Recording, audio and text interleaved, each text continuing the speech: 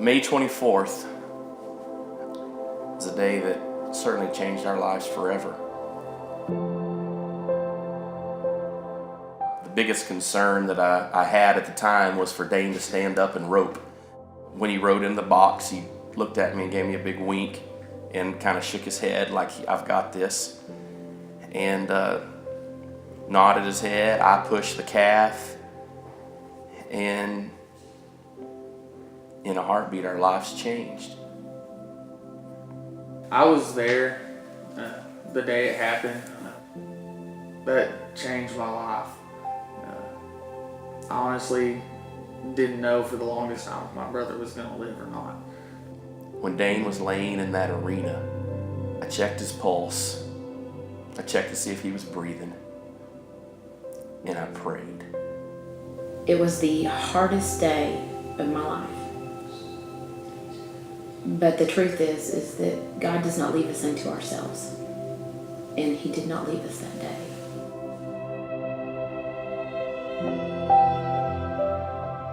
My dad was a football coach, and so my dad had all these motivational sayings that he would tell us all the time. And one of the things that he said in our house was, if anything bad was happening, he would say, "Oh, it's Friday, but Sunday's coming." And I put that in a post that my dad used to always say, "It's Friday, but Sunday's coming." And those words just took off, and it meant a lot to a lot of people. It meant a lot to me. And so I've pondered over the weeks and months here, exactly what that means to me, that Sunday's coming. And I know that the Sunday has already come, that Jesus rose from the dead. But because of that Sunday, we can experience that resurrection power every single day. From the very beginning, He fought. He never lost strength. Even though this child went from being very physically active to not even being able to sit up on his own. We were told many times that you're going to go weeks where you see nothing. But that wasn't true. That was not true. Every day, God showed Himself, and every day, Dane improved. Every day, he demonstrated the person that God created him to be.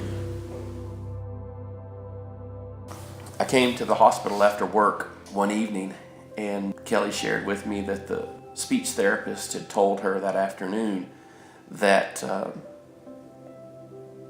that speech would probably be one of the most difficult things for Dane to recover. That because of the area of his brain that was injured, if he was ever able to speak again, that his speech would probably come back very slow, that his speech would probably come back confused, and that throughout the recovery they felt like speech would be the one area that he would have the most trouble with.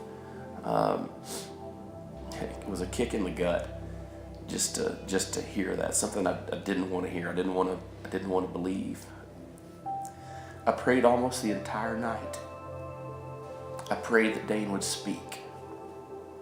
I specifically prayed that it couldn't be explained through medicine. It couldn't be explained through therapy. It couldn't be explained by anything other than the hand of God.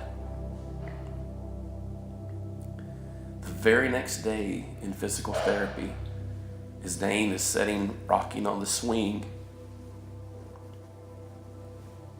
we ask him, "Dane, what color is Rudy?" And Dane says, "Brown."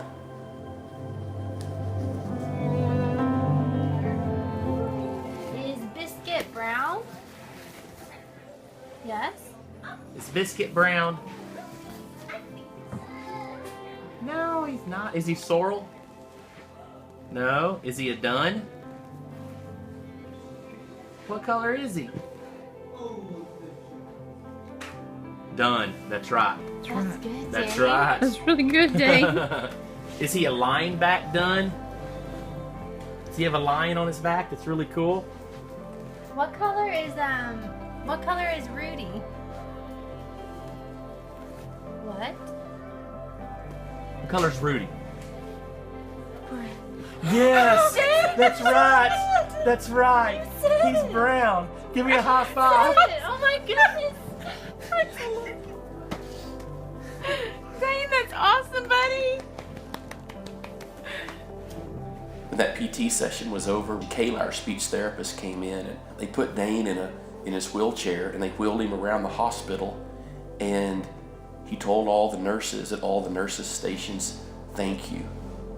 Jason, his occupational therapist, came over and said, Dane, you're talking. And Dane said, God is good.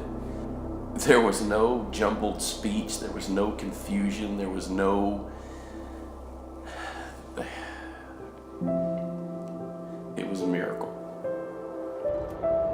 You just walk to the sidewalk. Don't worry about going this way. We're going to go left. Car's over there to the left.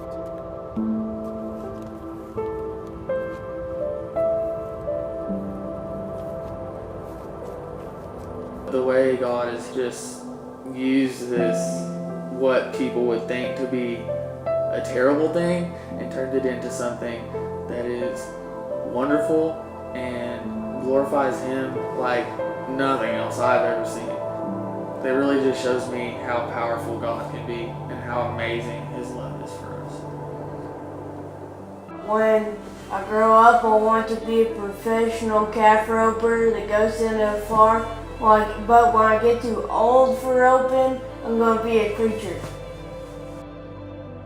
Charles Spurgeon said that a cobbler doesn't honor God by putting little crosses on the shoes he makes. A cobbler honors God by making the best shoes he can possibly make. Whatever you love to do, go do it. Do it the best you can and honor God. And I'm convinced that that's what Dane's future will be. I see that my son will continue to recover, and I see God using him in a big way, because a little 11-year-old boy prayed that God would use him as a calf roper.